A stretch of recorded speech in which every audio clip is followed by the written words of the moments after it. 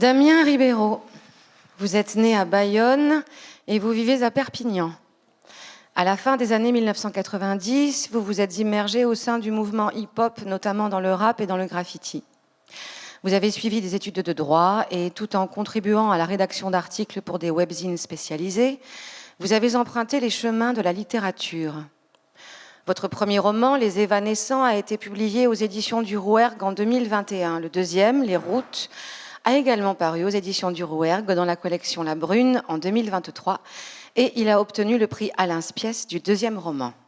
Damien Ribeiro, vous êtes un jeune auteur, mais depuis longtemps, l'écriture murmure à vos oreilles et vous invite à la suivre. C'est ce que vous avez fait. Suivre les voies de vos rêves afin que votre vie leur ressemble un peu. Votre premier roman n'aborde-t-il pas d'ailleurs ces questions-là, celles des vies rêvées et des vies sans rêve? N'était-ce pas déjà les débuts d'une réflexion inépuisable conduisant à penser les écarts entre nos supposés désirs et l'allure de nos existences? Puis viennent les routes, et avec elles, le prolongement, la tentative renouvelée. 2 ouvrages seulement, 2 fictions à part entière, 2 couleurs singulières, et déjà une signature, une griffe, des correspondances. Le Portugal et la France. Les désargentés et les nantis, les illusions et les désillusions, les fantasmes et les réalités, les héritages et les mythologies, les points de départ et les points d'arrivée, les dialogues et les malentendus, le vacarme et le silence. Le silence. Voilà peut-être un des mots les plus appropriés à votre œuvre naissante, car vous semblez écrire à partir de lui, sur lui et avec lui. Grâce à la littérature, ce qui sourd, ce qui est tu, ce qui se tait, s'écrit, et ainsi le silence s'entend. Petite musique du dégât, du renoncement, des non-dits, des secrets de famille, musique des hommes et musique des femmes, musique des intérieurs et musique des travaux, grand orchestre pour musiciens solos qui nous rappelle sans cesse que nous croyons réussir là où nous échouons et qu'il n'y a point de destinée sans ratage. Vos sensibilités comme vos influences imprègnent vos ouvrages dans lesquels se côtoient et se mélangent les écrivains, les musiciens, les photographes, les acteurs, les militants et les politiques, les peintres, les dessinateurs et les graffeurs, les cinéastes. Tout ce petit monde, métissé à votre imaginaire, anime et enrichit vos paysages, donne corps et chair à vos personnages, ces âmes décrites, engluées dans leurs fables, leurs généalogies, leurs souvenirs, leurs mémoires, car oui, qui ne l'est pas englué? Alors, histoire de route, histoire de maison, de pays, de culture, histoire d'histoire. Les routes comme un hommage à ce peuple de Taiseux, à ces hommes au travail, à ces familles dévouées à l'expansion française, à ces maçons laborieux insuffisamment reconnus, si rarement mis au devant de la scène médiatique. Les routes en dédicace, témoignage du silence de la diaspora portugaise, exilée depuis les années 50, mais pas seulement. Si grâce à ce roman, vous mettez en lumière une page de l'histoire portugaise et française, les allers-retours incessants entre l'aventure collective et l'aventure individuelle, inséparables, font tout autant la place aux voix des descendants, des héritiers, conscients ou pas de leur passé, qu'à celle de tout être humain bataillant avec ce qu'il pense être son identité. À notre insu, nous sommes tous agités. Les héritages ne sont pas strictement matériels. Les immatériels tracent les sillons de nos angoisses et de nos rides. Ils sont dissimulés au cœur même de nos familles, amarrés aux événements politiques. Nous sommes pleins de tant de secrets, et que nous le voulions ou non, nous les transmettons, nous n'en sommes jamais définitivement débarrassés, ils ne sont pas si étrangers à nous-mêmes. De génération en génération, de conscience en inconscience, puis d'inconscience en inconscience, ces empreintes sont à l'œuvre. C'est cela que vous racontez. Rien ne s'oublie tout à fait. Bienvenue, Damien Ribeiro. Merci.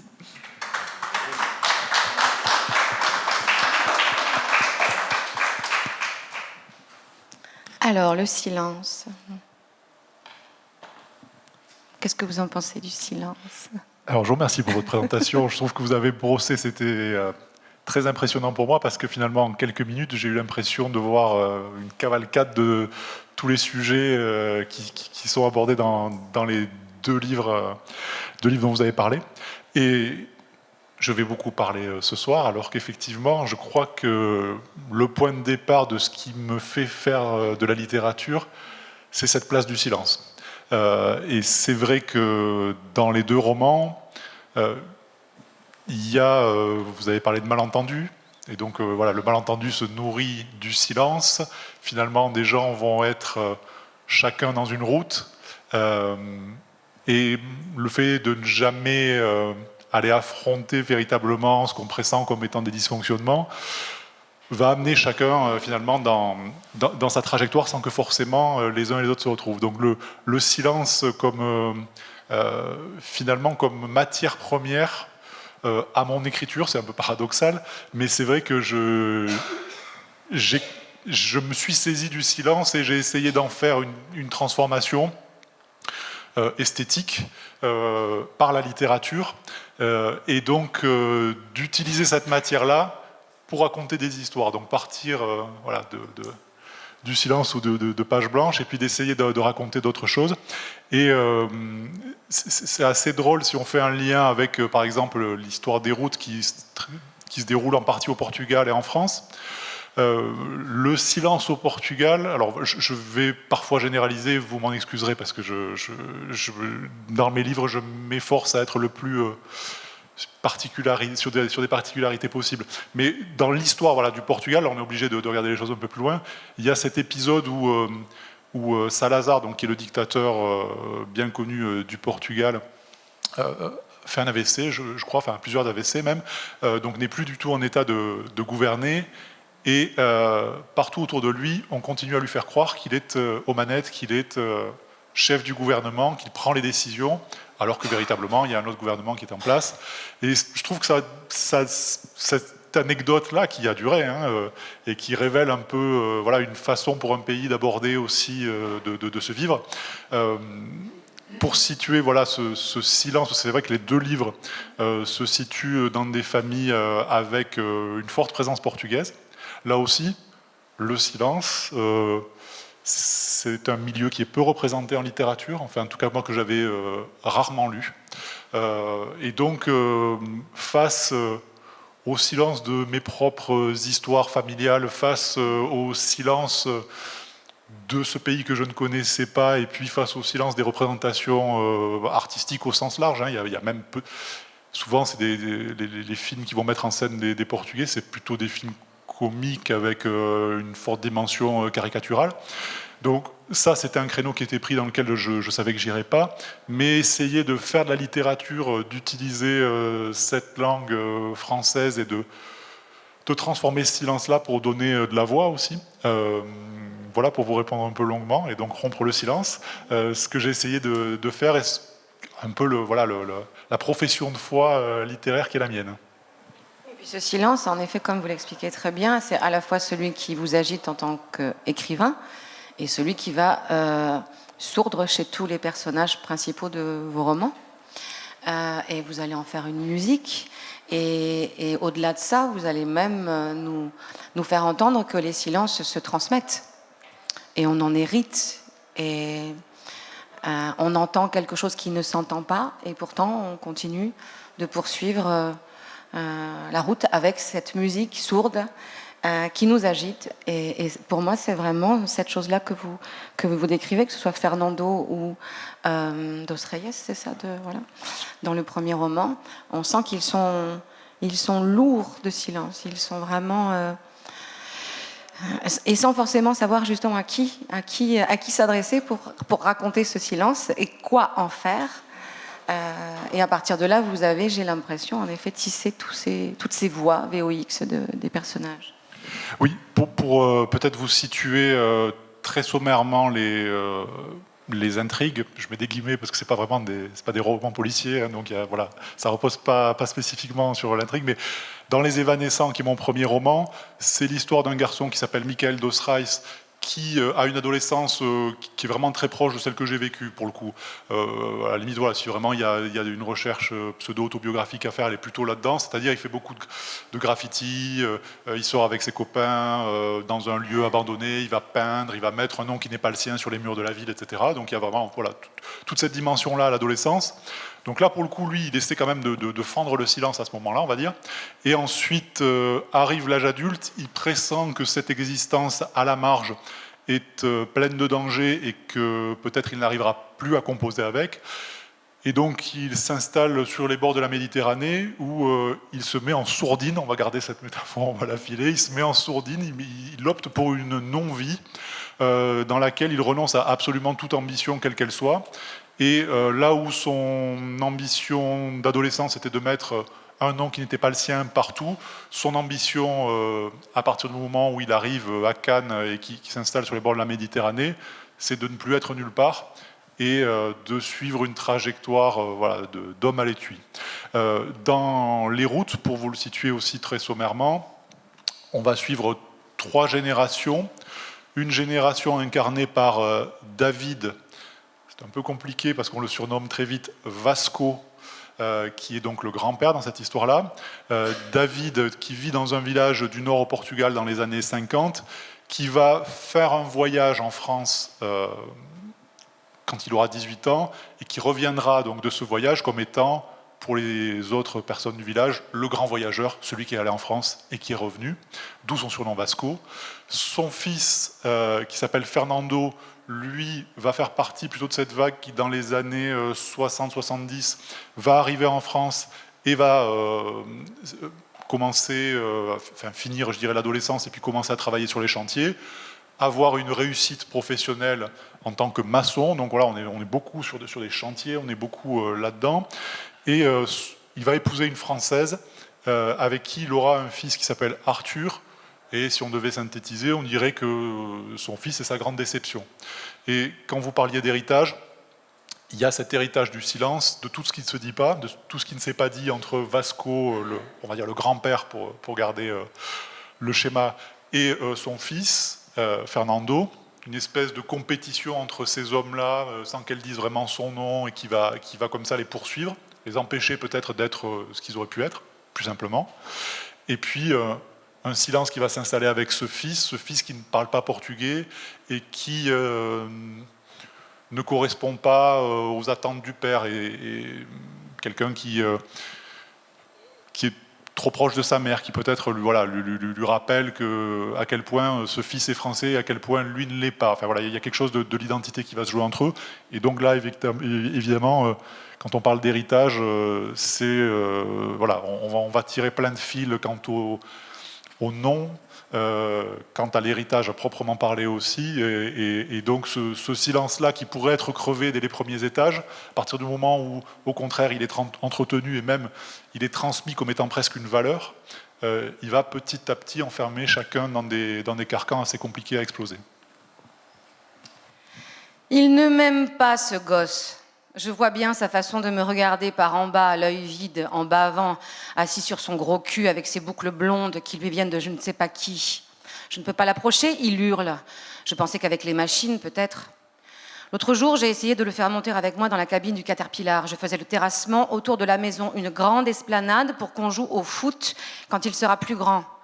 J'ai pris ce petit gros avec moi dans la cabine. Il écrasait mes cuisses de tout son poids. « Viens dans la machine avec papa !» Il s'est mis à gueuler, sans jamais me regarder, en projetant de la bave partout. Sa mère a voulu le reprendre, mais je lui ai dit qu'elle le protégeait trop, qu'on allait juste faire un tour, père et fils, comme sur les camions des entreprises. J'ai montré le Caterpillar et j'ai dit « Carvalho, père et fils ». Je pensais que le bruit du moteur, les mouvements, les boutons du tableau de bord, toutes ces lumières, ça l'amuserait. Normalement, les gosses adorent les machines. Même les filles d'Antonio veulent toujours monter avec moi pour faire un tour. Lui n'a pas arrêté une seconde de pleurer. Je me suis dit, ça va lui passer. Mais c'était de pire en pire. Il remplissait la cabine avec ses hurlements. Moi, je me crispais. J'essayais de creuser la terre quand même. Mais il était sur mes genoux, intenable à balancer des coups de pied et à s'étouffer de colère. Je l'ai rendu à sa mère. Il s'est apaisé dans la seconde. Il est redevenu lisse, gras, luisant de bave. On dirait une motte de beurre. Jamais vu un garçon qui n'aime pas les machines. Voilà, alors il ne faut pas se fier aux apparences, évidemment, c'est ça qui est intéressant. C'est que dans les personnages décrits par Damien Ribeiro, en effet, le père, waouh, on se dit que ça n'a pas dû être évident pour le fils. Mais ça n'a pas non plus été évident pour le père, qui a été lui aussi le fils de son père. Et son père à lui n'était pas non plus si évident. Peut-être que même pour le fils du fils du fils, c'était bon, bref, on ne sait plus. Alors je ne leur cherche pas des excuses, mais c'est là où on sent qu'en effet, toutes ces choses-là se transmettent. Et ce fils, ce gros, là, avec son gros cul, ses boucles blondes, etc., c'est aussi très attendrissant, enfin, de lire ces scènes-là, parce qu'on sent bien que c'est quand même son fils, cette espèce de truc-là. Il va pas... Mais et il est quand même son père. Enfin, je sais pas comment dire. On sent quand même qu'il y a une réelle relation entre les deux. Mais ça ne se rencontre pas. Quelque chose ne se rencontre pas. Et ce qui est intéressant dans ce qui est posé là-dessus, c'est pas tant que ce soit l'histoire des Portugais. Je crois que dans toutes les familles, on est étrangers les uns aux autres. On pense être les plus familiers qui soient parce qu'on sort du ventre de notre mère, etc. Mais en fait, non. Enfin, combien de fois ça nous est arrivé de se dire mais on se connaît pas ou on a envie d'être reconnu pour ce qu'on est parce qu'on pense que ses propres parents de toute façon ne voient pas ce qu'on est, etc. Et là-dedans, dans vos romans, vraiment, il y a ça, je trouve. Alors, vous avez peut-être des choses à nous dire, je sais pas. Enfin, non. Moment, j'ai senti qu'il y avait un... C'est vous. Ah non, c'est vous qui avez des choses à nous dire. Il y avait des accents. Non, et je vous remercie de le signaler. C'est vrai que je dirais que pour moi, il y a le thème et le sujet, c'est deux choses différentes, quoi, hein. Donc, il y a un sujet autour, peut-être, on l'a évoqué, j'allais dire, et du patrimoine et de l'héritage. Et ensuite, un thème, c'est-à-dire, voilà, on choisit une note pour faire sonner ce sujet-là, et c'est vu au travers de cette communauté portugaise. Mais vous avez raison, il y a des gens qui m'ont dit, mais moi, mes parents sont espagnols et c'est exactement pareil, ou moi, mes parents, ils sont auvergnats et il y a des histoires comme ça. Donc, c'est là où il peut y avoir quelque chose de plus large, qui est effectivement... Le premier titre du livre, c'était Les étrangers, mais le titre était pris, donc on l'a bifurqué. Les routes traduit quand même cette histoire, c'est par laquelle vous concluez, qui est de dire, on peut se retrouver, voilà, avec... Il y a une scène comme ça où ils sont tous dans la voiture, et en fait, chacun est en train de parler de quelque chose, personne ne se comprend, mais il y a une espèce de malentendu. Il y a par exemple, le père, il fume, il fait comme ça, quand il fume sa cigarette, et ça fait comme un signe de plongeur qui dirait tout va bien. Alors que rien ne va dans cette voiture, vous voyez. Donc on voit comme ça cette famille qui s'efforce de tenir alors que tout se fissure. Et vous avez raison, on pourrait, enfin je sais pas, voilà, on pourrait remonter certainement la généalogie très loin en haut ou plus bas pour essayer de comprendre. Et alors, moi aussi, bon, donc vous avez dit que je m'appelle Ribeiro, donc effectivement, voilà, c'est une communauté qui m'est pas complètement étrangère. Après, moi, j'avais pas du tout l'ambition de raconter l'histoire de ma famille. Pour une raison simple, on revient au silence, c'est que moi je ne la connais pas en fait. Voilà, donc cette histoire-là, elle est née du silence. Par moments, évidemment que ça va recroiser des choses que j'ai pu voir, ou qu'on a pu me raconter, ou que j'ai pu pressentir. Mais pour moi, l'ambition, elle n'était pas du tout de raconter ni ma relation avec mon père, ni des... Voilà, c'était... Enfin, voilà, qu'on s'entende bien sur l'aspect... vraiment de travail de fiction. Alors il se trouve qu'après, quand vous partez sur de la fiction par moment, on vous dit ensuite que vous avez recroisé la réalité et que vous n'étiez pas au courant, donc ça peut créer des quiproquos plus ou moins agréables. Mais moi, enfin, je sais pas, quand j'étais petit, j'étais très admiratif de mon père, j'aimais jouer au foot. Enfin, vous voyez, je veux dire, voilà, j'ai pas essayé de retranscrire absolument tout ce que je vivais, mais j'ai essayé plutôt de trouver cette espèce de grand déséquilibre, effectivement, où petit à petit, on se dit, mais que leur reste-t-il à part le nom? Et chez les Portugais, en plus, il y a quelque chose qui est assez drôle, enfin drôle, c'est pas hilarant, hein, mais il y a une espèce d'accumulation des noms, c'est-à-dire que il y a souvent le nom, alors ne me demandez pas la règle, parce qu'à chaque fois que j'ai essayé de l'étudier, elle varie presque d'un village à l'autre, mais grosso modo, on récupère... Par exemple, ce que j'ai observé chez moi, c'est que mon père n'avait pas le même nom que son frère, alors qu'ils avaient les deux le même père et la même mère. Parce qu'un coup, on a transféré le nom de la grand-mère, un autre coup, il fallait faire prévaloir Par exemple, il y a une règle sur tout ce qui est relié à la religion, donc si vous avez Cruz dans le nom, ça doit passer avant le nom de la grand-mère. Enfin, voilà, ce sont des règles extrêmement complexes qui font qu'à la fin, il se retrouve avec 3, 4 noms de famille à coller.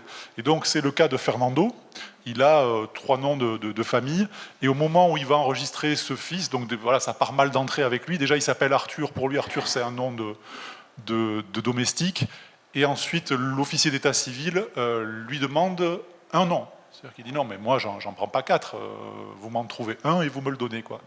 Et donc dans cette famille, on va avoir un privilège, celui de choisir son nom, et donc ils vont dire on va retenir donc Carvalho, et ils vont comme ça se baptiser et donc faire famille à partir de ce nom qui est choisi, qui n'est pas vraiment le vrai nom, hein, qui est un démembrement déjà.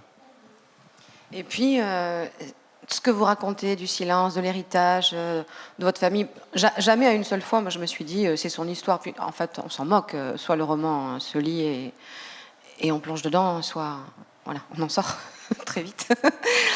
Mais il met vraiment à jour la question du fantasme de la mère et du père idéal, du fils idéal, du fils fantasmé, de l'enfant fantasmé. Je pense, pareil, quand voilà, c'est quelque chose qui touche.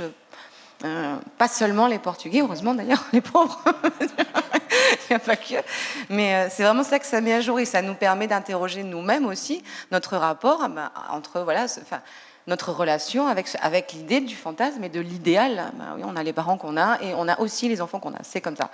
On ne peut pas trop changer l'histoire. Bon, mais ce qui donne encore plus de force, en tout cas, il y a un cran au-dessus, c'est-à-dire qu'il y a cet héritage auquel nous sommes tous soumis, mais dans cette famille, et c'est ça qui raconte aussi, enfin, qui fait le lien avec une histoire historique, c'est cet exil, c'est en effet la façon dont les pères, les enfants ont suivi des routes qui les ont extraits de leur propre pays, donc de leur culture, et qui se sont retrouvés des décennies plus tard étrangers partout. Étrangers chez eux s'ils revenaient chez eux, étrangers dans le pays d'arrivée s'ils y restent, et ça complexifie le rapport à l'identité.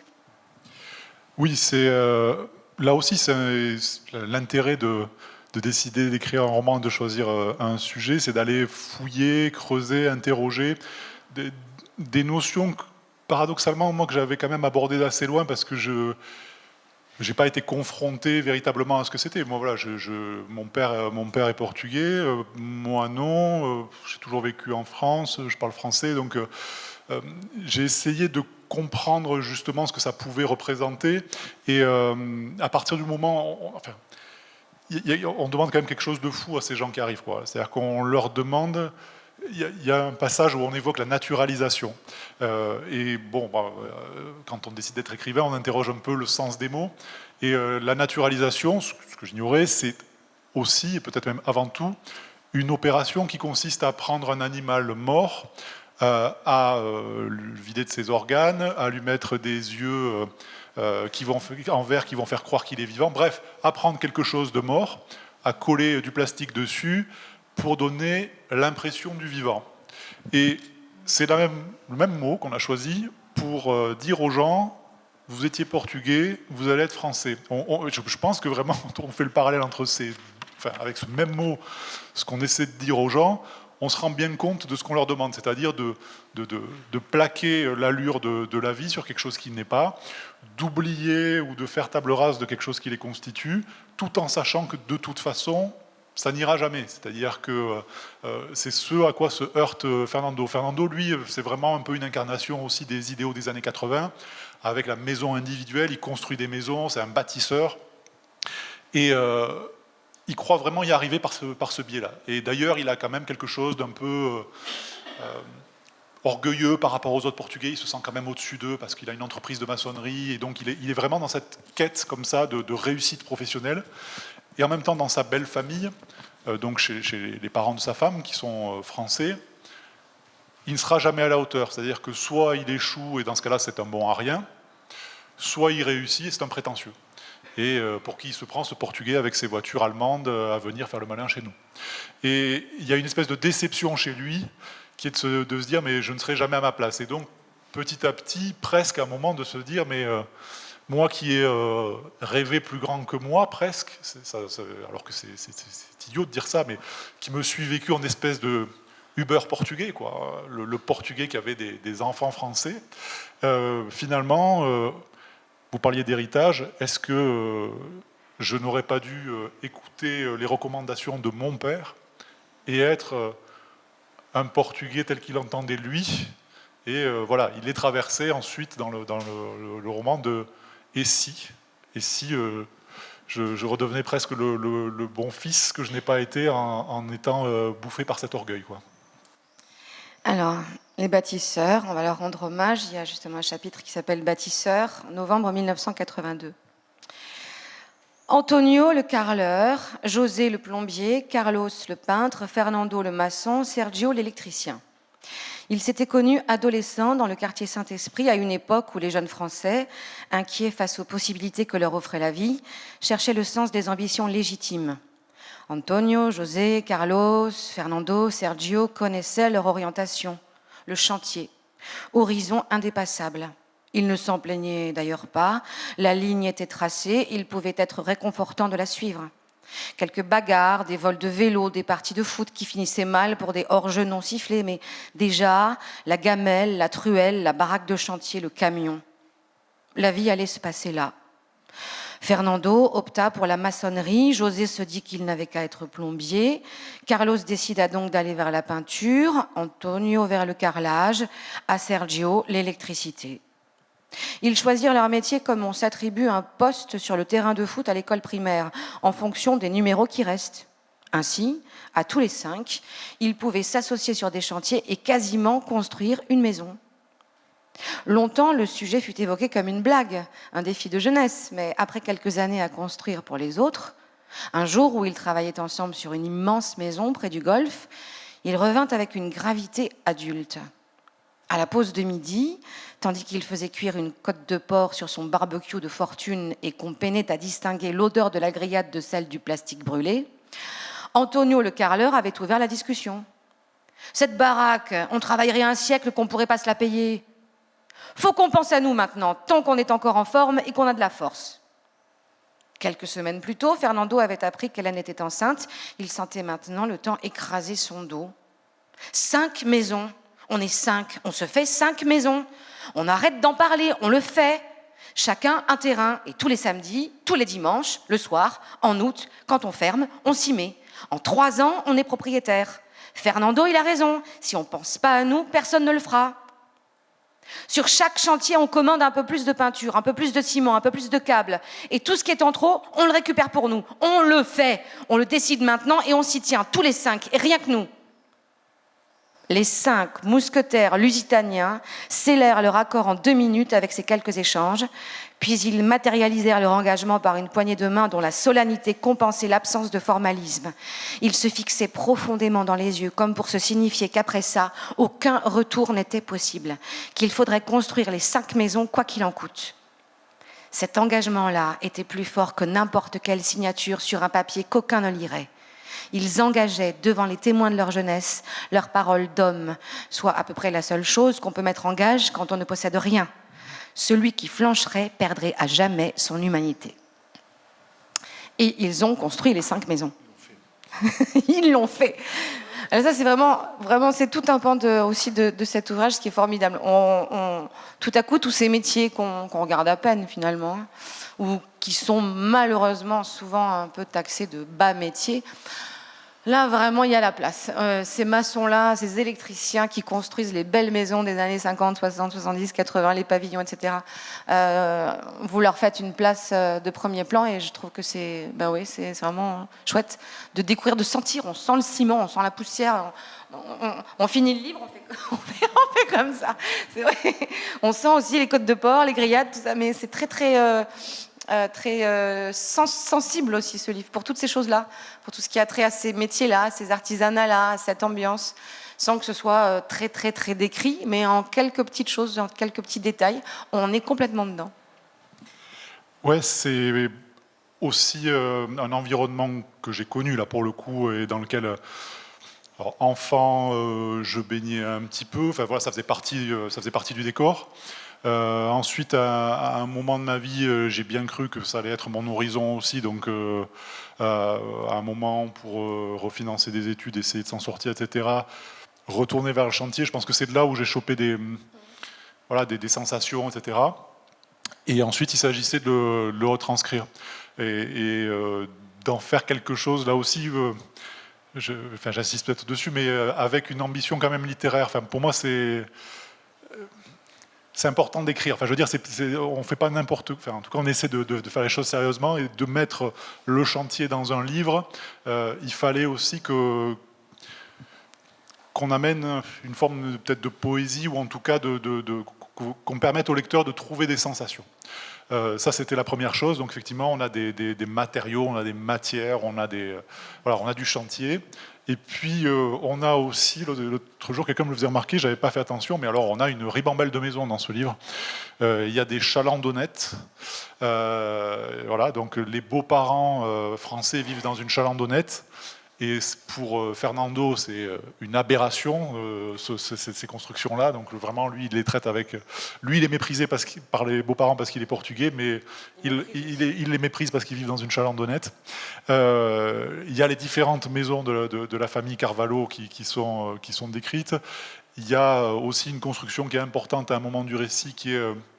Le récit est ancré beaucoup à Bayonne, qui là aussi, voilà... que je ne suis pas allé chercher bien loin parce que c'est là où je suis né.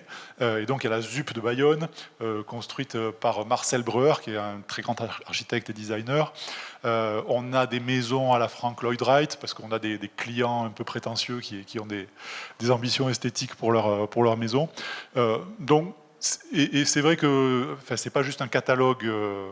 un annexe de catalogue de maisons, mais c'est aussi une façon de traduire la finalité de tous ces métiers-là, de se retrouver comme ça, voilà, dans des projets de vie et dans des rapports très particuliers entre les clients et les entreprises qui sont là. Enfin là, voilà, on vous avait donné une lecture très dynamique de ce moment un peu solennel, quoi, où ils se disent allez, on va le faire, nous aussi, on va avoir notre maison, on y va, bon, on va truander un petit peu, on va se débrouiller, mais on va le faire. Et effectivement, ils le font.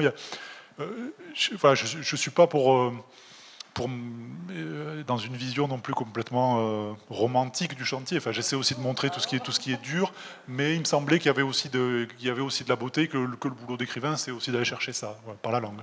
Oui, vous y êtes arrivé. Et alors, justement, je vais vous montrer, là, comme je fais souvent, je crée un petit montage avec des images, des petits bouts que je trouve dans le livre ou à partir de réponses qui ont été données par l'auteur. Et ça donne ça. Vous allez voir que donc, ce livre est plein de références, d'images et de poésie. O que eu passei para chegar. Fome, escola, nem havia apagados, nem sapato, estava tudo roto. E ainda bem, é a vida que se vão de um lado para ir para o outro. Mas lá se falou tudo. Mas sabe a Deus.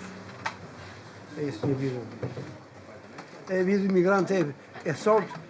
O meu amigo não está a ver agora o que se passa agora nos outros países. Eles agora vim para cá, para a Espanha, que morreram afogados e foram presos. Não, eu vejo todos os dias isso. E eu até digo, a minha mulher está a ver, eu estou a ver e até choro, a ver o que eu passei.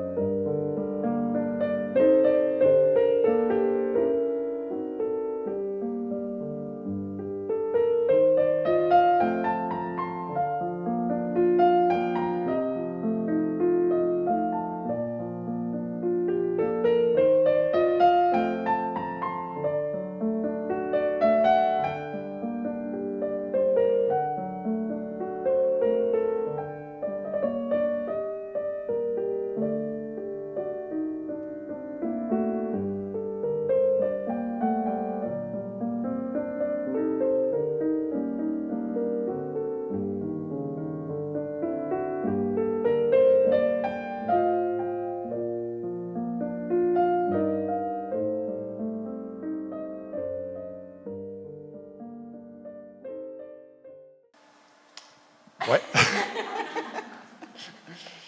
C'est très émouvant d'entendre la voix de Reggiani et de voir défiler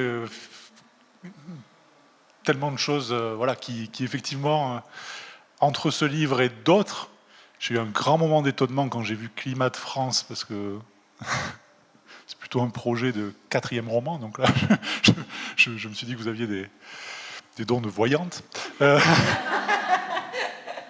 Mais oui, cette chanson de Reggiani qui évoque le temps qui reste, quoi. Et le fait qu'à un moment, la façon de décompter le temps se renverse, en fait, quoi. Peut-être qu'effectivement, dans un premier temps, on perçoit le temps avec un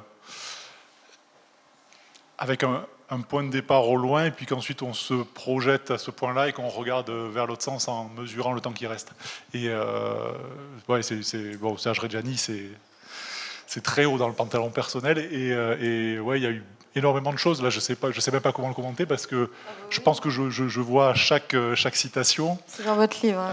Il y a beaucoup de choses du livre, mais pas que. Pas que, mais voilà, on va trouver Chalfant et Martha Cooper. Oui. Je vais dire un mot là-dessus, parce que ça raconte aussi vos... Oui. Alors, pour le coup, on refait un voyage sur les évanescents, plutôt. C'est le livre que vous avez vu qui s'appelle Ce Boyart, qui est, alors je ne sais pas si c'est... on a une libraire. Bon, voilà. On a une libraire qui va pouvoir nous dire si c'est vrai ou pas, mais ils se vendent aujourd'hui comme étant le livre d'art le plus vendu au monde.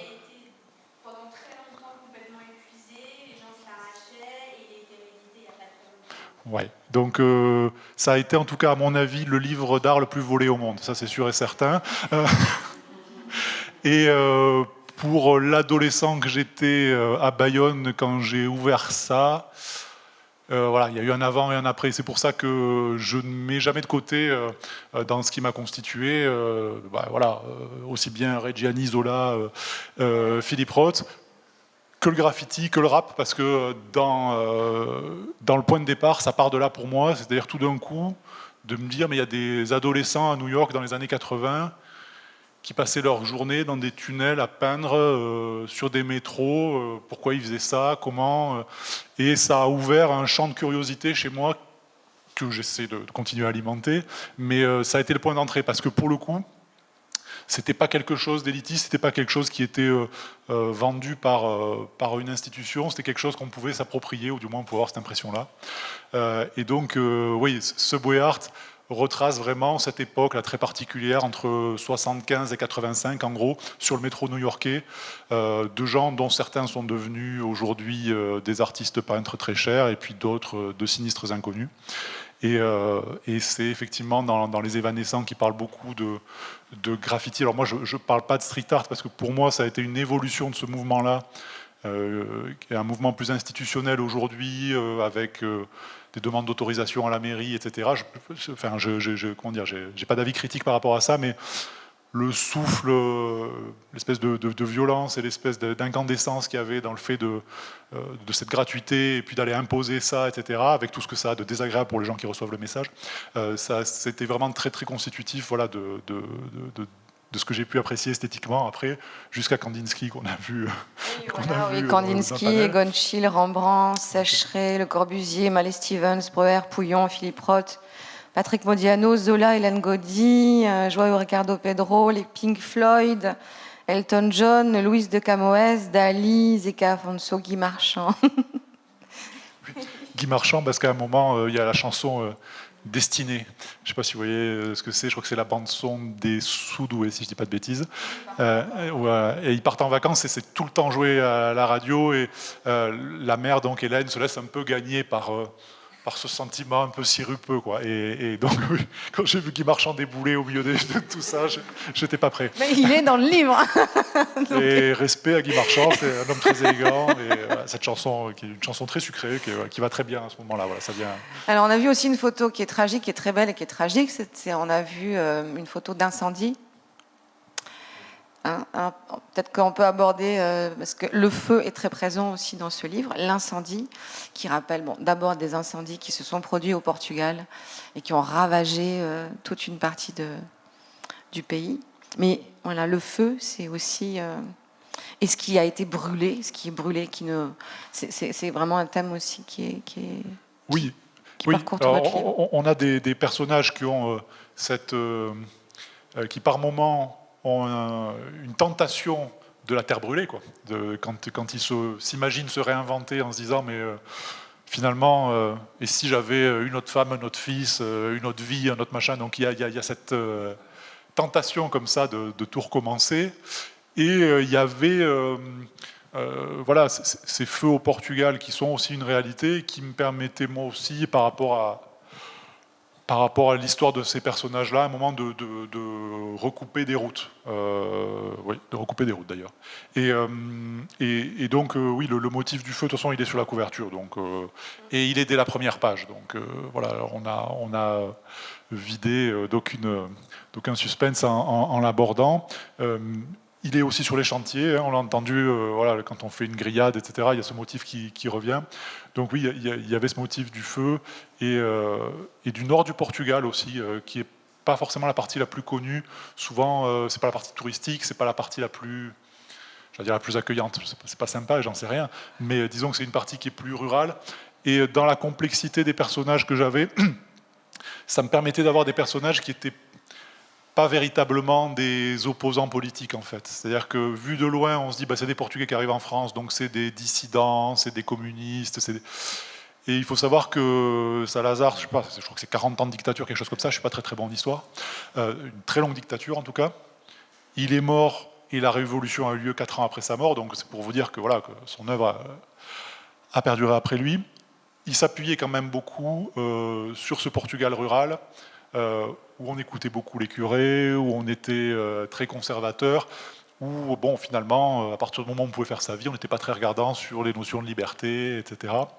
Donc, dans les photos qu'on a vues et dans les paysages qu'on a vus, la vallée du Douro, qui est un très très bel endroit, hein, voilà, moi, mon histoire se situe plus là. On voit à un moment un des personnages qui est un Lisboète, lui qui ressemble plus, je dirais, à l'idée qu'on se fait. Mais le cœur de mes personnages, c'est vraiment ce Portugal assez rural. Alors, on va passer à une autre couleur, mais qui est dans ce livre-là. On va s'attacher au personnage de Fernando. Et avant de parler de Fernando, on va regarder quelques minutes d'un petit montage que j'ai fait et qui parle de Fernando. Vous nous en parlerez après. Monsieur, ne recommencez pas une affaire du genre de celle du quartier de Fillmore il y a 1 an. Oh, je n'ai pas ouvert. Non, c'est juste ça.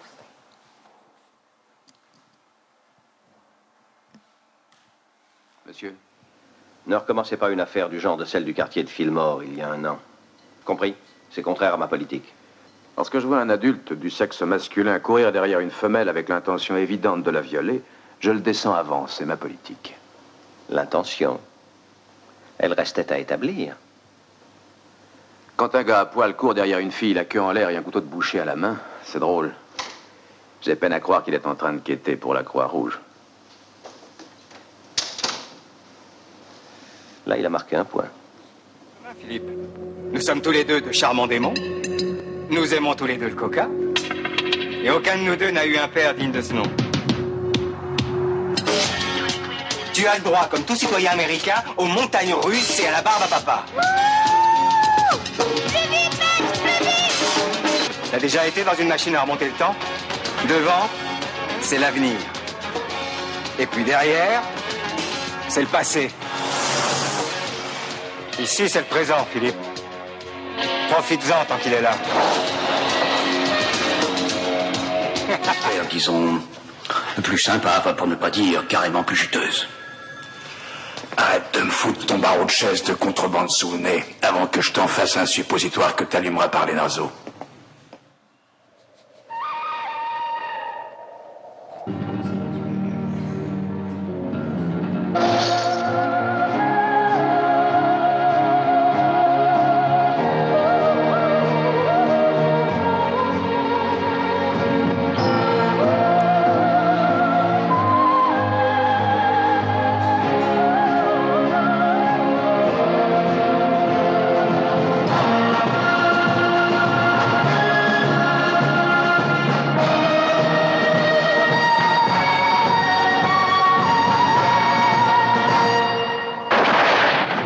Facile d'aller s'installer ailleurs quand ça va mal.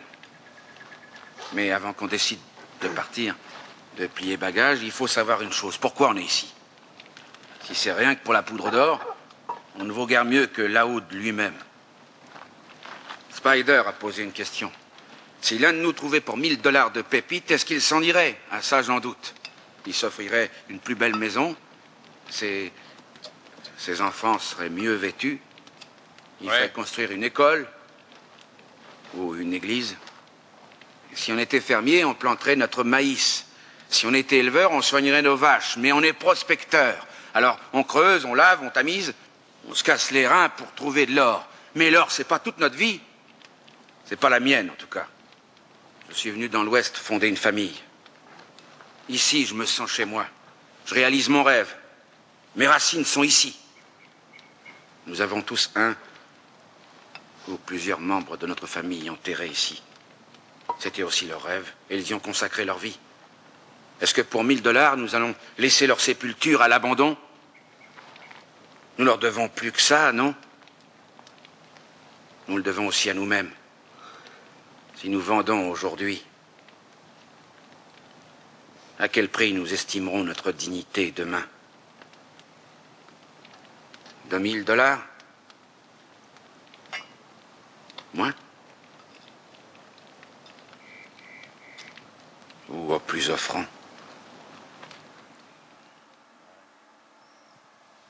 Je vous laisse parler de Clint Eastwood. Là, oui, il faut s'expliquer, parce que si vous n'avez pas lu le livre, tout d'un coup, je vous parle des Portugais depuis tout à l'heure, vous vous retrouvez avec Clint Eastwood, ça fait bizarre. Le point de départ de ce livre, l'idée de base, c'était de raconter l'histoire d'un type dans son canapé, dans sa méridienne, qui regardait des films de Clint Eastwood et qui se disait « c'est exactement ma vie ». Et voilà, qui adorait Clint Eastwood et qui, dans chaque scène qu'on vient de voir là, se disait « mais c'est fou, c'est exactement comme ça ». Donc, tout à l'heure, dans le diapo que vous avez montré précédemment, on voyait les frères Cohen, The Big Lebowski, qui est mon film de chevet. À chaque fois que je vais pour écrire une histoire, j'ai l'impression que je vais écrire une histoire de cet acabit-là, c'est-à-dire quelque chose de rigolo, qui va... Et puis je me retrouve face à la complexité de mon personnage et de ma petite idée qui me faisait rigoler, je suis obligé d'en faire autre chose. Et donc c'est ce qui s'est passé là, c'est-à-dire que j'ai bien compris que avec ma blague, j'irais pas très très loin, enfin qu'en tout cas j'avais pas les ressorts pour écrire cette histoire-là, mais par contre je pouvais le garder. Et donc Fernando, notre maçon portugais, à un moment de sa vie, voilà, il est un peu arrivé au sommet de ce qu'il pouvait espérer avoir en termes de possession, de maison, de bourgeoisie, on va dire, un peu acquise. Et donc, bon, je pense qu'il est dans une quasi-dépression, même si, bon, voilà, c'est pas vraiment, ça fait pas du tout partie de son vocabulaire, ce genre de mot, mais il est, voilà, il va sur le chantier, il rentre chez lui, il parle à personne, il va sur son canapé et il cherche sur toutes les chaînes du câble jusqu'à ce qu'il tombe sur un film de Clint Eastwood, peu importe la langue, il regarde ça et ça y est, ça le renvoie à des épisodes de sa vie et il se sent voilà, à nouveau une espèce de conquérant. Et donc, Alors, on cite beaucoup les films, là, dont certains qu'on a vus, les films de Clint Eastwood. C'est aussi pour lui l'incarnation, je pense, du super mec, quoi. Voilà, c'est l'inspecteur Harry quand il arrive avec son flingue. Enfin, on a vu des scènes avec des tirades un peu inoubliables. Donc lui, voilà, il se voit comme ça. Il n'est pas trop fan de Sur la route de Madison et tout ça. Pour lui, bon, c'est pas, voilà, c'est pas, c'est pas le truc. Il comprend, voilà, il n'est pas à fond. Et pareil sur un film que j'aime beaucoup, pour le coup, qu'on a vu avec Kevin Costner, qui s'appelle Dans un monde parfait, qui est vraiment un très très beau film et qui en fait est complètement, à mon avis, dans le sujet du livre. Il le regarde et il se dit quand même, Clint, il aurait été meilleur que Costner, quoi. Donc voilà, il est toujours un peu déçu voilà, s'il y a un peu trop de sentiments, il faut au moins que Clint ce soit le héros, quoi. Donc là, sur la route de Madison et Dans un monde parfait, un peu déçu. Ça met vraiment en scène le père ou le fils idéal, et c'est complètement sa question. Par contre, le dernier extrait de Pale Rider, voilà, ça pose aussi complètement l'histoire de Fernando. Ce dont vous parliez, est-ce que j'aurais pas mieux fait de rester là-bas, comme me l'a dit mon père? Pourquoi on part, en fait? Oui, il est vraiment confronté à ça. En étant allé au bout, c'est exactement la question là, qui est retenue, c'est-à-dire, bon, ok, tu as tout ça, mais finalement, en plus, il est confronté, lui, là non plus, enfin, c'est pas quelque chose qui arrive dans le dernier tiers, hein, donc son père décède assez vite dans l'histoire, et son premier sentiment, c'est de se dire, en gros, l'adversaire vient de disparaître, quoi. C'est-à-dire qu'il n'est pas frappé de tristesse, de se dire, bon sang, on avait des choses à se dire, ou on a raté certaines choses entre nous, ou il va me manquer. Et il se dit, finalement, tout ce que je vais faire maintenant pour essayer de l'impressionner n'a plus de sens. Voilà. Et ça, pour lui, c'est une plus grande cassure que la disparition de son père. Donc, effectivement, il est rattrapé par toutes ces questions-là, de se dire pourquoi, puisque dans l'histoire, si vous voulez, toute la famille, à un moment, part du Portugal, vient s'installer en France, et puis il y a la révolution des œillets, les parents rentrent, certains frères et sœurs rentrent, mais d'autres frères et sœurs restent. Et Fernando, il fait partie de ceux qui vont rester. Et il va, voilà, à un moment de retour au Portugal, se retrouver confronté à cette question de et si j'avais suivi le mouvement moi aussi, finalement, est-ce que j'aurais pas, est-ce que ça valait le coup de fournir tous ces efforts-là pour finalement se retrouver déçu de ce que j'ai obtenu, quoi. C'est un peu ça gamberge à ce moment-là.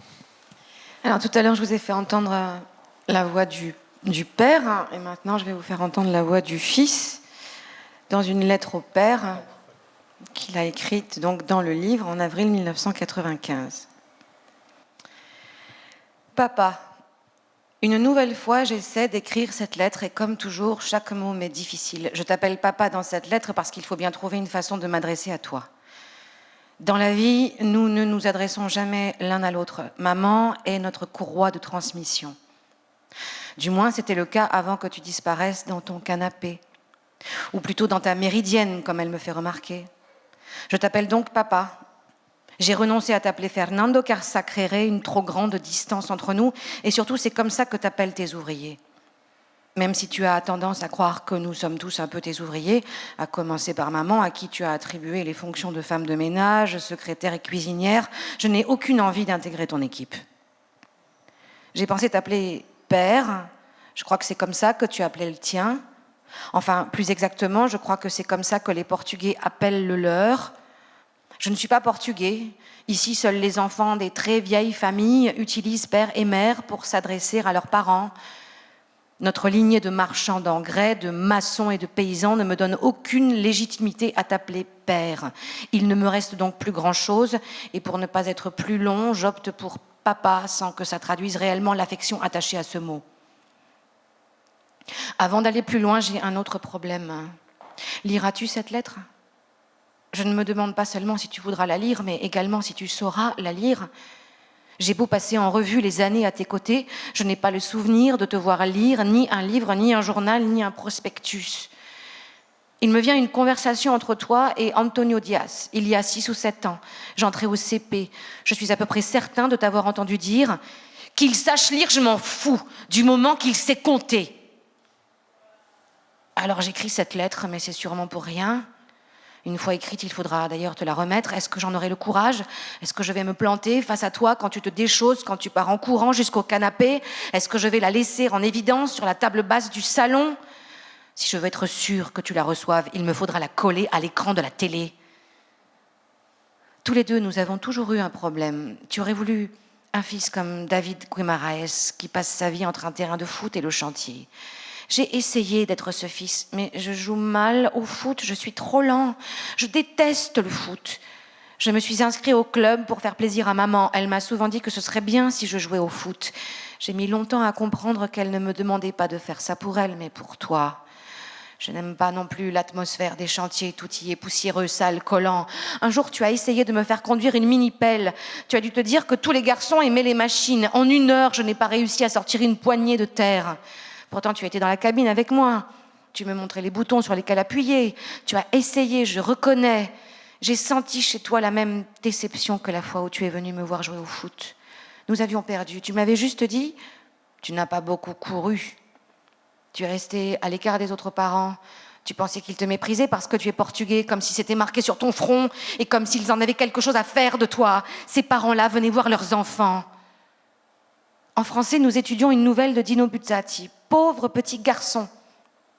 Je ne te parle pas de livres pour te mettre mal à l'aise, mais malheureusement pour toi, je préfère lire plutôt que compter. Peu importe l'histoire, je me suis juste demandé comment tu étais quand tu étais enfant. Est-ce que toi aussi, ton père a disparu dans une méridienne ? Tu as vécu longtemps au Portugal ? À partir de quel âge tu n'as plus vu tes frères et ta sœur ? Je crois que j'ai 5 cousins. Il y a 3 ou 4 ans, j'ai joué avec un certain David et un certain Serge dans un appartement minuscule vers la gare. Je crois que ça n'a pas duré longtemps. Nous avions sorti quelques Playmobil, mais je sais que nous n'avions pas pu commencer à inventer une histoire. Tu m'as dit de me lever, maman te suivait. Il y avait une grosse dame qui tenait la porte. Elle a dit « dehors ». Mais maman n'arrêtait pas de me parler. J'ai quand même entendu quand elle a dit « dehors », je n'ai plus eu de cousins ensuite. À table, à une époque, tu parlais un peu. Il y avait des mots mystérieux, la banque, les fournisseurs, les chantiers à livrer, la cimenterie, les lignes de découvert, le black. Je vois toujours mal de quoi il est question. Parfois, il y avait des noms de tes clients, Lissag, Olarzabal, Fromentin, Fontan. Même si je n'y comprenais rien, j'étais impressionnée par ton monde et ce que tu avais réussi à faire, sans l'aide de personne. La plupart du temps, maman a assuré l'animation à table. En fait, quand tu as vraiment arrêté de nous parler, j'ai compris que depuis toujours, tu ne nous parlais quasiment pas. Je ne sais pas pourquoi j'écris tout ça. Peut-être pour te dire que si je n'étais pas le fils dont tu rêvais, tu n'es pas le père dont je rêve non plus. Si j'avais eu le choix, même Monsieur Martin, le feignant, aurait fait l'affaire. Qu'il travaille à la mairie, je m'en fiche. Et pourquoi cette obsession avec les gens qui travaillent à la mairie, d'ailleurs ? Son fils était encore plus nul que moi au foot. Mais Monsieur Martin venait aux entraînements, des fois, il mettait les crampons et enfilait une chasuble pour nous faire des passes. Il était encore plus mauvais que son fils. Pourtant, malgré leur Citroën BX pourri et leurs pieds carrés, je les enviais. Enfin, je ne t'écris pas vraiment pour ça. J'en profite, mais ce n'est pas mon but. Mon but, c'est que tu t'en ailles. Je crois que quelqu'un doit te le dire. Tu n'attends que ça. Maman n'osera jamais car elle a trop peur d'être seule. Ma sœur est trop petite. Et autour de nous, il n'y a plus personne. Alors je te le dis, tu peux partir. Tu peux l'embarquer avec toi, ta chère méridienne, et t'en aller regarder tes films de Clint Eastwood où tu veux. Mais maintenant, tu dois partir. Je ne veux pas que nous coulions tous avec toi, sans un mot, sans une explication. Tu arrives à nous faire culpabiliser, alors qu'au fond, tu n'as juste pas le courage de t'en aller. Pars. Voilà la lettre. Ah, il a grandi par rapport à l'époque où il était au Caterpillar. Vous avez vu que bon, voilà, maintenant il écrit ou il tente d'écrire une lettre au père. Qui rappelle celle de Kafka. Voilà, petit clin d'œil pour les amis de la littérature. Oui, on a parlé beaucoup de silence. On se dit que cette lettre-là, par rapport à cet héritage de silence, au moment où elle intervient dans le livre, c'est un dispositif un peu particulier parce que le livre est plutôt avec un narrateur omniscient, mais par moments on a des prises de parole. Donc là, c'est par ce biais de cette lettre au père. Il y a une tentative. Voilà, il y a une tentative de la part de ce fils, arrivé à l'adolescence, de secouer un petit peu les choses, de voir que finalement tout file à la catastrophe, que ces gens sont devenus les uns pour les autres des étrangers. Et il a ce geste un peu dérisoire d'écrire une lettre dont il ne sait pas s'il la remettra, dont il ne sait pas si elle sera lue, mais elle a une vertu, c'est qu'il pose des choses au moins. Voilà. Donc cette lettre laisse une trace. C'est l'avantage de l'écrit sur les paroles. Et dans cette histoire, cette lettre aura évidemment une importance, notamment sur le dénouement. Et puis ça a une importance déjà pour celui qui l'écrit. Quelque part, ça lui permet, même si elle n'est pas lue d'ailleurs. Est-ce que ça fait la même chose quand on écrit? Une fois que c'est dit, qu'elle soit écrit ou entendu. Mais je pense qu'en tout cas, elle fait office vraiment pour lui de soin, de guérison, de possibilité de continuer, de poursuivre son chemin à lui. Oui, je pense que pour lui, ça lui permet de le poser. Pour le lecteur et pour le situer, c'est vrai qu'il est quand même très longtemps dévalorisé, ce personnage, notamment par son père, on l'a entendu. Hein. Enfin, voilà, il n'est pas bon avec le Caterpillar, il n'est pas bon au foot, il a un côté un peu prétentieux, il chante Elton John avec sa mère, le père n'aime pas trop ça. Donc là, ça lui permet à un moment pour le lecteur, je pense que ça le permet de resituer le personnage un peu autrement. Ça lui donne une autre épaisseur. Tout d'un coup, il cite un bouquin, il semble être un peu en révolte contre son père. Donc, par rapport justement à la trame et à l'histoire, il faut aussi que ce personnage existe. Et par ce biais-là, c'est court et assez vite. Voilà, on le voit reprendre un peu de la place, essayer de le faire. Après, effectivement. C'est écrit, est-ce que c'est lu, est-ce que c'est compris? On peut faire un parallèle avec le fait d'écrire des livres. Est-ce que ça suffit d'écrire des livres? Pour ma part, non, parce que sinon je n'aurais pas essayé d'être édité, quoi. Donc si on essaie d'être édité, c'est qu'on espère être lu. Donc l'intérêt de l'écriture, c'est aussi un moment, voilà, c'est des moments comme on fait ce soir, d'entendre le texte lu autrement, de le reprendre finalement avec d'autres intonations, d'autres intentions que celles qu'on y avait, qui étaient sur le papier. Mais pour lui, en tout cas, je pense que dans le récit, ça le fait réexister. Voilà. Oui, puisque je voulais dire, c'est même par rapport à votre livre à vous. Une fois que vous l'avez écrit, il est fait, celui-ci, vous pouvez passer au suivant. Oui. Oui. Non, vous avez raison, je sais pas, on peut l'aborder. Enfin, il a été écrit. Moi, c'est un livre qui compte évidemment pour moi. Ce deuxième roman m'a permis. Le premier était sorti vraiment dans un moment très spécial. Hein. C'était l'espèce de Covid où vous étiez des commerces essentiels, mais où il fallait pas rentrer, où les gens filaient vite, ils prenaient un truc et ils sortaient. Donc, il n'y a pas eu vraiment sur le premier de rencontres, d'échanges, etc. C'est un livre qui a fait un peu un tout droit. Là, pour moi, il m'a permis vraiment de me légitimer dans cette envie d'être ouais, il faut le dire comme ça, tant pis, d'être écrivain. Par l'accueil qu'il a reçu, moi, je me rappelle très bien le jour où j'ai eu une page dans Le Monde littéraire. Pour moi, je ne sais pas comment vous dire, c'était absolument irréel. Je pense qu'on a chacun des espèces d'objectifs. Et moi, quand j'ai commencé à écrire, par exemple, ce titre-là, c'était un truc où je me disais peut-être dans 10 ans, il y aura un entrefilet où il y aura mon nom, quoi. Et, je ne sais pas comment vous dire ça de façon plus sincère. Pour moi, il n'y a rien au-dessus en termes de reconnaissance par la presse.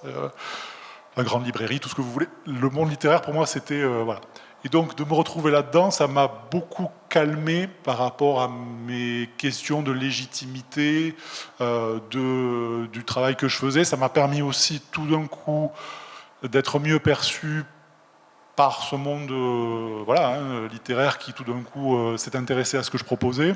Et ça m'a aussi permis, dans l'écriture du troisième qui était en cours, de me calmer, là aussi, d'arrêter. J'étais parti dans un truc, si vous voulez, où en gros il fallait que je fasse plus compliqué, plus référencé, plus abstrait. J'arrive aux éditions de minuit, quoi. pas que je dis ça, en plus on est filmé. Mais je veux dire... Non, mais dans l'image d'Épinal qu'on se fait du texte dur, aride, difficile à lire, etc., que vous pouvez faire quand vous avez les moyens d'aller là-dessus, mais qui est pas mon écriture. Donc je forçais mon écriture pour arriver là, parce que pour moi, si j'arrivais à faire ce genre de texte-là, je serais un vrai écrivain. Tout d'un coup, vous avez une réception par des titres et par des gens qui connaissent ce métier-là et qui vous disent non, mais c'est bon, calme-toi, ce que tu fais là, c'est intéressant et tu peux continuer sans être là. Donc ça a eu un impact très important pour moi, ce deuxième livre, dans la réécriture complète de ce troisième roman que ma femme avait lu, la pauvre, dans sa première version, qui était un truc un peu dur, et que mon éditrice avait reçu en disant je ne suis pas sûr d'avoir tout compris. Et donc voilà, j'ai pu travailler beaucoup plus apaisé sur un troisième roman qui sortira en janvier et qui du coup est à la place où il devait être, quoi, voilà. Est-ce que vous avez des questions ou des remarques? On va prendre le micro quand même parce que ça restera toujours filmé. C'est filmé, c'est enregistré. Non, il y en a un exprès. Mais que de moyens, une débauche de moyens. Je voulais connaître votre passerelle entre passer des graphes, du graffiti, qui est un art éminemment visuel, à l'écriture. L'écriture, on est bien sûr à lire, pas à voir. Est-ce que c'est parce que vous avez écrit des chansons? Est-ce que c'était cette passerelle-là ou est-ce qu'il y en a une autre? Je pense que la seule chose pour laquelle j'avais des prédispositions, c'était l'écriture. Et j'en avais pas conscience, mais quand j'ai insisté sur le graffiti, c'est parce que c'était très séduisant et que tout d'un coup, ça nous a permis, avec une bande de copains, de nous impliquer dans ce truc-là de façon très sérieuse. L'autre jour, il y a quelqu'un qui disait les graffeurs, on est les francs-maçons du hip-hop. C'est-à-dire qu'en fait, on voit des signes partout. Quand vous allez dans une ville, on a une lecture de la ville qui n'est pas du tout celle des gens qui ne sont pas passés par là. Vous voyez, donc on interprète, on voit des trucs et on est complètement à la marge. Personne ne sait qui on est. On a des faux noms, on fait nos... Voilà. Donc le graffiti, comme porte d'entrée, oui. À une époque où moi, on était animé par un truc qui historiquement est faux, mais qui nous a été vendu comme ça et qui est une super histoire, donc moi je la garde, qui était ce qu'on appelle le mouvement hip-hop. Et ce qu'on nous a expliqué quand moi j'étais adolescent, c'est que le mouvement hip-hop, c'était le graffiti, c'était le breakdance, donc la danse hip-hop, c'était le rap, et c'était le DJing, donc les DJ avec les platines qui font les scratchs. Et donc moi j'ai pris le paquet complet. Donc ma passerelle, ça a été de rentrer par le graffiti, d'écouter du rap, d'écouter du coup la musique telle qu'elle était faite, de voir de quels ingrédients elle était faite, de voir la complexité de cette musique-là. Je ne vais pas m'embarquer dans un exposé sur le hip-hop, parce que alors là, par contre, on va faire une nocturne et je sais que vous n'êtes pas là pour ça. Mais assez vite, j'en suis venu à... D'abord, oui, j'ai fait du rap, mais j'étais vraiment... Alors, j'étais pas bon en graffiti, j'étais pas bon dans le rap. Je faisais du son, après, là, j'étais quand même un peu meilleur là-dedans. Et assez vite, j'ai plutôt fait des chroniques. C'est-à-dire que vraiment, là, pour le coup, c'est par la chronique de rap, essayer d'expliquer ce qu'il y avait dans un morceau, essayer d'expliquer ce qu'il y avait dans un album, essayer d'expliquer ce qu'on pouvait extrapoler. Et donc, mon point d'entrée, il est arrivé par un biais bizarre, c'est-à-dire voilà, du graffiti très visuel à la beauté du rap dans tous ses aspects, dans ses aspects aussi de violence, de colère, même dans des aspects qui me dérangent aujourd'hui. Et par le biais d'essayer d'en parler et donc de faire l'effort d'écrire sur l'écriture des autres. Et ensuite, à un moment, il a fallu sauter le pas. Voilà. Une autre, même si après en off, on pourrait échanger autour d'un second ou troisième verre. Au premier, oui. Non. J'aurais pu la poser tout à l'heure, mais bon.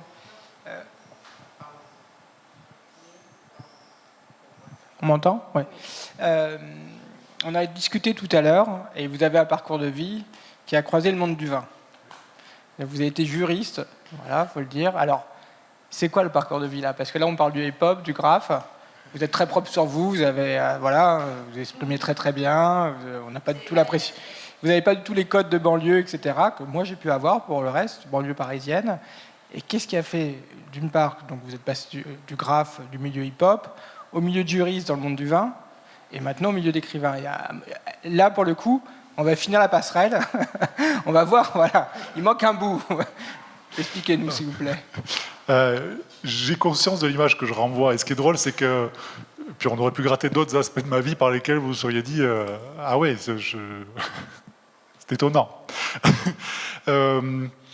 Mais pour moi, c'est cohérent. Et ce que je veux dire, c'est que, par exemple, quand je suis arrivé à Perpignan, il y a une très très belle structure qui s'appelle la Casa Musicale. C'est un truc qui est en association avec la mairie, bien avant que la mairie soit ce qu'elle est malheureusement aujourd'hui, et où les jeunes de Saint-Jacques, mais des gens de partout dans Perpignan, peuvent utiliser des infrastructures incroyables, des studios d'enregistrement, des salles de répétition, etc. Donc moi, quand j'ai rencontré ma femme, j'ai déménagé à Perpignan, et à cette époque-là, je faisais encore de la musique, et tel que vous me voyez habillé aujourd'hui, j'allais à la Casa Musicale et je faisais de la musique avec des rappeurs du Brésil, avec un garçon comme Némir, qui est un garçon qui a connu une belle carrière dans cette musique-là, avec les gens qui étaient là. Et il me semble que c'est peut-être plus facile de mettre un déguisement et puis d'essayer d'arriver dans un milieu comme ça, ou peut-être ça aurait été facile d'arriver avec une casquette et de dire je veux être l'écrivain qui vient du rap. Mais en fait, j'ai essayé plutôt de garder une espèce de cohérence par rapport à qui je suis. Quand je faisais du graffiti, c'était pareil, si ce n'est que j'étais adolescent. Voilà, donc peut-être qu'effectivement, je n'étais pas habillé quand j'avais 14 ans comme je suis habillé aujourd'hui, mais j'ai essayé de rester cohérent par rapport à ça. Et pour moi, il y a plein de façons d'être cohérent, et ça, c'est plutôt le sujet, pour le coup, vous allez voir l'excellent commercial, du premier livre. Le premier livre qui était de dire qu'est-ce qu'on fait de ces idéaux de jeunesse. Pour moi, on peut être raccord avec ces idéaux. Aujourd'hui, je continue à écouter du rap, je continue à m'intéresser à tout ça, mais en même temps, j'ai bien conscience que c'était aussi la musique de la jeunesse, c'était aussi la musique de l'adolescence, et je trouve normal de ne pas tout comprendre dans cette musique-là aujourd'hui. Par exemple, je trouve normal aussi, même par moments, que ça me choque, ou que je trouve ça nul, ou que voilà. Je pense qu'il y a une part d'adolescence, de révolte qui doit rester là, qui se partage pas forcément avec les parents, qui doit continuer à gêner. Mais moi, par contre, je trouverais très bizarre de mettre une casquette et de m'adresser à vous comme je vous aurais parlé quand j'avais 14 ans. Parce que j'ai aussi continué mon chemin. En fait, pour moi, c'était pas, je ne suis pas arrivé à 14 ans au graffiti en me disant c'est le point final. C'était un point. Et je pense qu'en restant justement très clair par rapport à tout ça, j'ai rencontré plein de gens qui avaient d'autres parcours de vie et qui étaient très à l'aise avec le fait de parler avec moi. Qui auraient peut-être eu aucune considération pour moi si j'étais arrivé en essayant de leur plaire et en utilisant un langage qui n'est plus le mien. Alors, on arrive à la fin de ce rendez-vous et je voudrais faire entendre un petit bout de poème d'un auteur qui est cité souvent, Louise de Camões. Leur navire déjà d'un cours précipité, du superbe océan fendait l'immensité. Dans la voile tendue, un doux zéphyr se joue. L'onde amère jaillit alentour de la proue. Les dieux en ce moment dans l'Olympe étoilé, où le sort des humains par leur choix est réglé, foulant du ciel d'azur les voûtes fortunées, allaient de l'Orient peser les destinées. Jupiter, par la voix du petit-fils d'Atlas, les avait convoqués pour ces graves débats.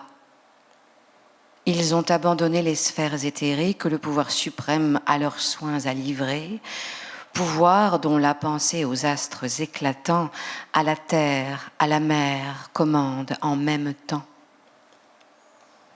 Faut dire un petit mot sur Louise de Camões ? Il sert de fil conducteur dans une partie du livre.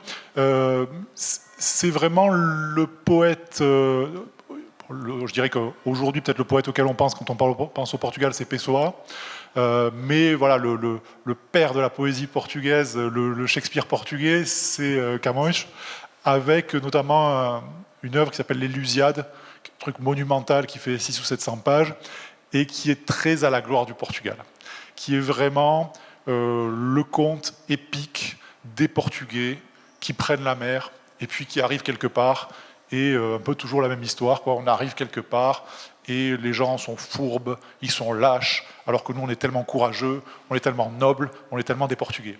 Et c'est pour moi l'héritage que reçoit Vasco. Voilà, on a parlé beaucoup d'héritage, et on va finir avec ça. Le grand-père, lui, il est quand même encore dans la représentation de l'immense Portugal, qui n'existe plus, mais il continue à se le raconter. Et donc, convoquer ce poète-là, notamment dans les parties où c'est Vasco qui est en jeu, c'est aussi, bon voilà, là c'est du sous-texte, c'est aussi l'intérêt de ces rencontres-là, hein, qu'on peut le lire sans avoir forcément ce sous-texte, mais c'est rappeler comment est-ce que ce pays se vivait jusque dans les dernières heures de la dictature de Salazar, comment est-ce qu'il s'imaginait encore une espèce d'empire, alors que, vu de France, c'était de pauvres gens qui débarquaient de façon misérable. Et j'ai non seulement découvert l'histoire du Portugal que je ne connaissais pas, des aspects apparemment de l'histoire de ma famille, mais ça, je plaide non coupable, et j'ai découvert aussi la poésie portugaise, dont la poésie contemporaine, au-delà de Pessoa. Et il y a notamment un poème vers la fin du livre, beaucoup plus contemporain, qui ramène sur quelque chose peut-être de plus sec. Donc oui, la poésie comme fil rouge un peu... que moi j'ai tissé par contre entre eux pour aussi donner un petit peu les gens tels qu'ils se vivaient et puis les gens tels qu'ils sont peut-être. Voilà. Et pour finir par un hommage à ce peuple et à cette révolution sans effusion de sang, c'est quand même la révolution des œillets, c'est quand même quelque chose d'assez exceptionnel dans l'histoire. J'ai trouvé des images d'archives et dessus, vous allez entendre Grandola Vila Morena par Zeca Afonso, qui est devenu l'hymne de la Révolution. Et qui a été enregistré en France au Château d'Hérouville. Exactement. Là où Elton John et les Pink Floyd, c'est pour ça qu'on les a vus, avaient enregistré leurs albums. Voilà.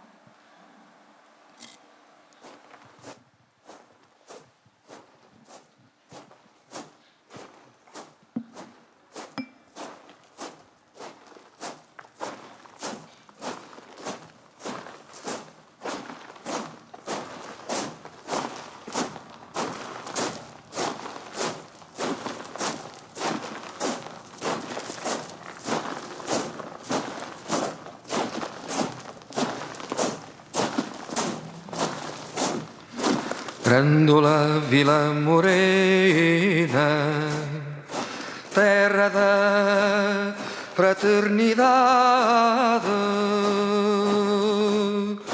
o povo é quem mais ordena, dentro de ti a cidade, dentro de ti a cidade, o povo é quem mais ordena,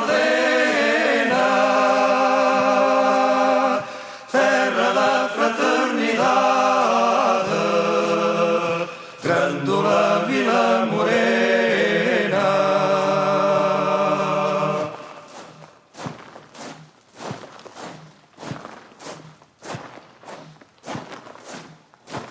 Em cada esquina um amigo, em cada rosto igualdade, Grândola Vila Morena, terra da fraternidade, terra da fraternidade, Grândola Vila Morena.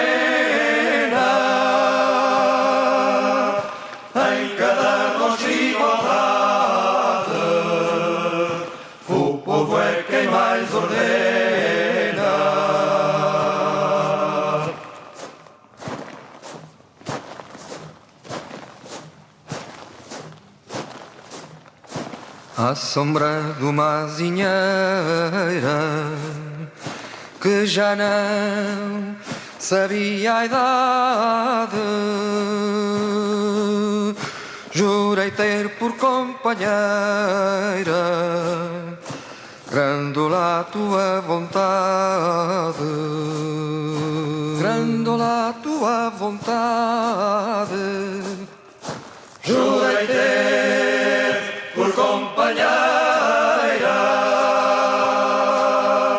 à sombra de uma azinheira que já não sabia a idade.